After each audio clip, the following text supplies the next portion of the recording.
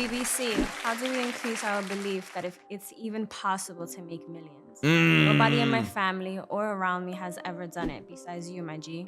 I notice I fall off because I feel I'm getting nowhere. I actually had an advantage in that regard. Those of y'all know my story. I grew up in Chicago South Side, poor and shit. I didn't see my dad a lot because he had his own business. He lived with us. My parents were together, but he was always hustling. He was always gone. He worked really hard, like a hard working dude. And I didn't see him a whole lot, maybe a few times a week.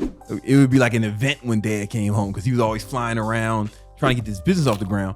And we were struggling. He was going hard. Like mom didn't have a car. She used to wake me up at like 4:35 and walk me to preschool in the Chicago snow, right? It'd be below freezing and she walking with a toddler. We got robbed at gunpoint. Nigga put a gun in my face, right? That's how I grew up. I was like 4 or 5 years old.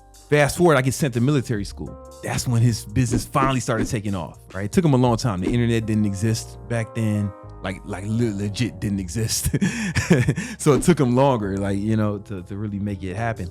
But he stuck with it. He made it happen. And by the time I graduated from military school, he was making about $3 million a year.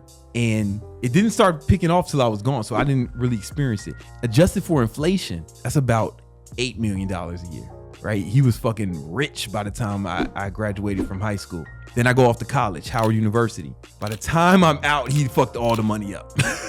He fucked all the money up. So I literally didn't experience anything. I knew it happened though. Cause like he killed himself briefly after and all the money was gone. I didn't experience any of it. I was gone for the entire experience, but I knew it happened. You get what I'm saying? It's like he broke the 4-minute mile and that left a huge impact on me, even though I didn't experience it. What does that mean for you? You really got to do whatever you can to get around more people who are balling, who are actually making it happen, because it's gonna feel more real.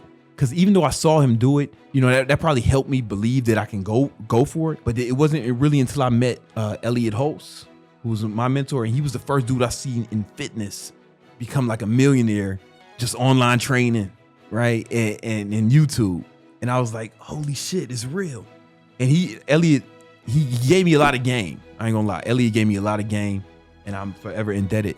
But what he did the most for me was he let me know it was possible. Like he broke the 4-minute mile, right? And the reason I use that analogy so much, because all of human history, they didn't think people could run that fast. Like doctors would say that people's hearts would explode. They just didn't think it was possible until Roger Bannister did it. He broke that 4-minute mile. The craziest part of the story to me is he only held the record for like a few months until someone else broke it.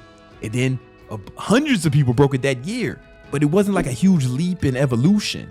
Like human evolution is like they just saw it happen and they believed it and they started to go for it. I think my dad and Elliot did that for me, and I hope at some way I'm helping y'all do that, right? Like y'all can come from nothing and still make it happen. Like my dad had made some money for a few years, but I wasn't there for it. I didn't experience it. I didn't reap any of the benefits, the tangible benefits, but the fact that I seen him do it. I was like, oh shit, if you go hard for 10, 15 years, you can make something happen. So that's what I've been doing. It's worked out well, right? So you whatever it is, even if you got to work for the dude for free, work for somebody for free.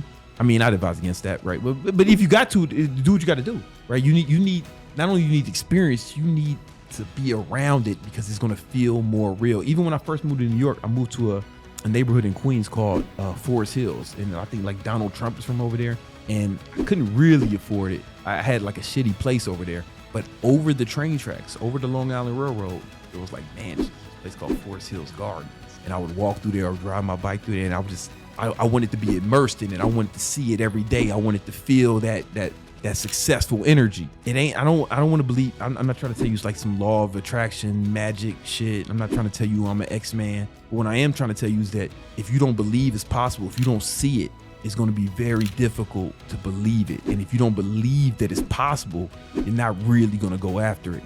And that's probably the worst part about growing up in the hood, right? Because it feels hopeless. I remember that shit. That's why I never went back. I mean, I would go to visit in college, but once my dad died and I moved my mom out away from Chicago, it's like I ain't never going back to the South Side. I don't go visit the South Side, right? Because it's a different feeling. I'll go to like hoods in other cities if I need to for whatever reason, but I just won't go back there. You know what I'm saying? I don't want to relive that shit because that feeling is palatable. Do whatever you can, move to a better neighborhood, join the best gyms, whatever you can to get around some different people, because you'll start to believe in, and then that'll give you the push you need to take that next step.